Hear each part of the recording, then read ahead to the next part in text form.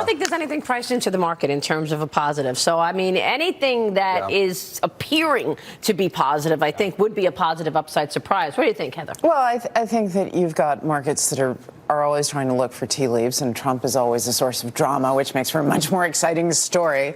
But the reality is that what really matters is what the Fed does. And we now know that Powell seems to be more sensitive to what the markets are doing than he may have been before, as much as he is data-driven.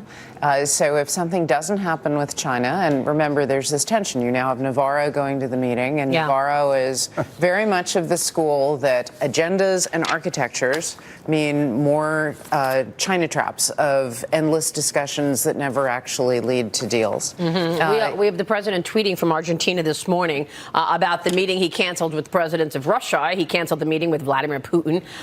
He says, "Oh, I get it. I am a very good developer, happily living my life. When I see our country going in the wrong direction, to put it mildly, against all odds, I decide to run for president and continue to run my business, very legal and very cool." Talked about it on the campaign trail. Lightly looked at doing a building somewhere in Russia, but put up zero money, zero guarantees, and didn't do the project. Witch hunt. So once again, he's referring to the Mueller probe and Michael Cohen's guilty plea about lying. He's a real estate developer, Heather. Do you see anything here in terms of him considering putting a building in Russia and then deciding against it? Last I checked, investing in Russia is legal.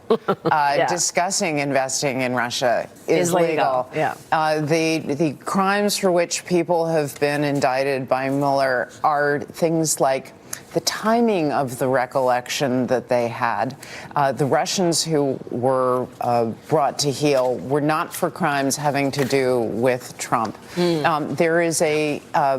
This is something that ought to concern everyone, is what happens when you have the unbridled power of a special prosecutor trying to wring at the threat of peril of extraordinarily disproportionate sentences, some sort of information that advances their political agenda. Anything that says anything about Russia is sort of. Can we call him Anthrax Bob? Because he is so revered. This is the man who, for 5 years, pursued somebody who clearly was not the cause of anthrax and wasted all this taxpayer money on an investigation. Bob Mueller. You're calling Robert Mueller Anthrax Bob?